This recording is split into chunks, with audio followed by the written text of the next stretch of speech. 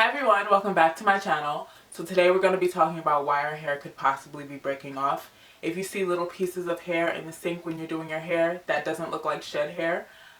Just little random pieces, or if you touch your hair and it just breaks off at the end, or if you're doing your hair and you see sections that are significantly shorter than the other sections, then your hair might be breaking off, sis. I'm so sorry to tell you. And I am speaking from experience. I'm hoping that these tips that I share with you will help you keep your hair on your head, because of course we want to see our hair grow, but it don't matter if your hair is breaking off in the first place. So we have to address that first. But first, before we get into the video, I was looking at my analytics the other day and it said majority of the people who watch my videos aren't even subscribed. What are y'all doing? If you guys like what you have seen in the past, or if you want to see more of my videos, make sure that you hit that subscribe button. I'll wait.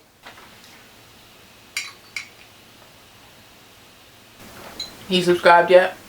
Okay, so let's get into this video. One thing that we're all guilty of, at least I was, are overusing high manipulation styles.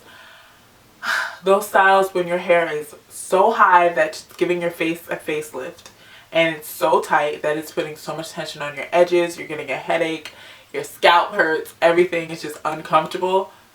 That's a sign that your hair is just not in a state that it wants to be in, and it could be contributing to unnecessary breakage. I was guilty of doing a lot of top knots. I was starting to see that the hair in the middle of my head, like my crown, was breaking off, and I'm like, okay, maybe I'm wearing this style too much. Even low buns are super stressful on the hair. It takes a lot of work, at least for me, it takes a lot of work for me to slick all my hair all the way back. And there's nothing wrong with doing that once in a while. Of course, we want to switch it up, but it's not something that you want to do continuously because it might be causing breakage. Try to stick to low manipulation styles. I know some people want to put their hair away for a protective style, but not all protective styles are really protecting your hair. Your edges are fine and you're putting these long locks or braids in that are so heavy that it's just uncomfortable for your hair. It's not even worth it.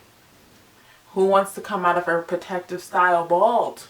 That just defeats the purpose. So make sure that when you are protecting your hair, that your hair is actually protected and it's moisturized. And another tip that we hear all the time is to moisturize our hair. Moisture, moisture, moisture.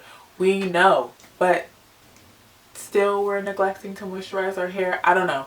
If your hair is brittle, something is wrong. It's not getting enough moisture.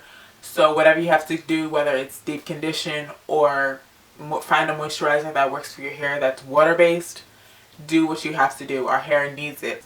And making sure to seal it in as well, because there's no point in moisturizing if it's just going to evaporate into the air and be as though we never even did it in the first place. So make sure you seal it in, whether you like to seal with a butter, whether it's an oil. Sometimes I do both. Do what you got to do just to make sure that everything that you put in stays in.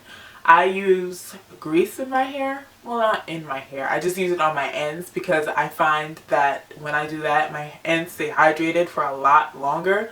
I know, natural hair community. Oh, you use grease, you can't use grease, blah, blah, blah. Whatever. Sis, if it works for you, if your hair likes it, do what you gotta do.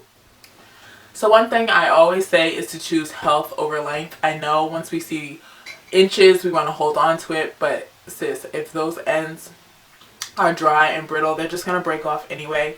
So if you're seeing splitting, single strand knots, or if it's getting harder to detangle, that's usually a sign that your hair needs to be trimmed. And speaking of, I need to trim my hair now. I know there's a bunch of YouTube videos out there that teach you how to trim your hair at home, but if you're not comfortable with it, just find a professional. Find a professional.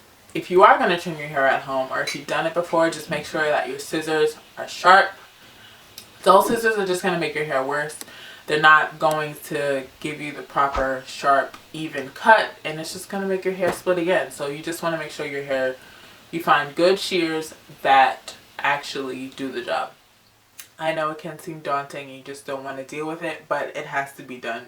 we have to detangle our hair. I do it once a week on wash days when my hair is wet with conditioner in it.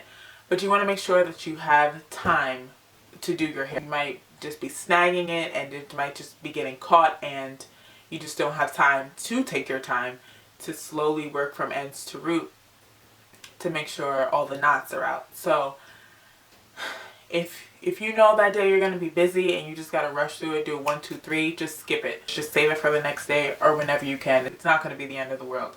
That's just one tip. Take your time.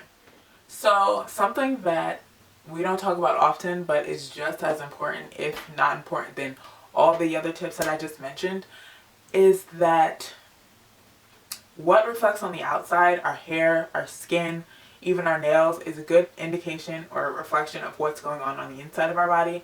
If our skin is dry, if our nails are breaking off, brittle, if our hair is shedding too much or breaking off too much, something might be going on. Like, you never know. It might be a good idea to get a blood work just to see if your body is lacking anything, if it has any deficiencies. I know at one point in time I was vitamin D deficient. That definitely can affect the state of your hair. And even if you don't have a deficiency, that's great. At least you know now that your body's good, everything is well balanced. You just have to get your routine and just change some habits. Just keep that in mind. Health always comes first. So I hope these tips were helpful and insightful. I hope you got something out of it. Leave a comment below if you have any tips that I haven't addressed in this video. That would be super helpful, not only to me, but to the other people that are watching. And I'll see you in my next video. Bye.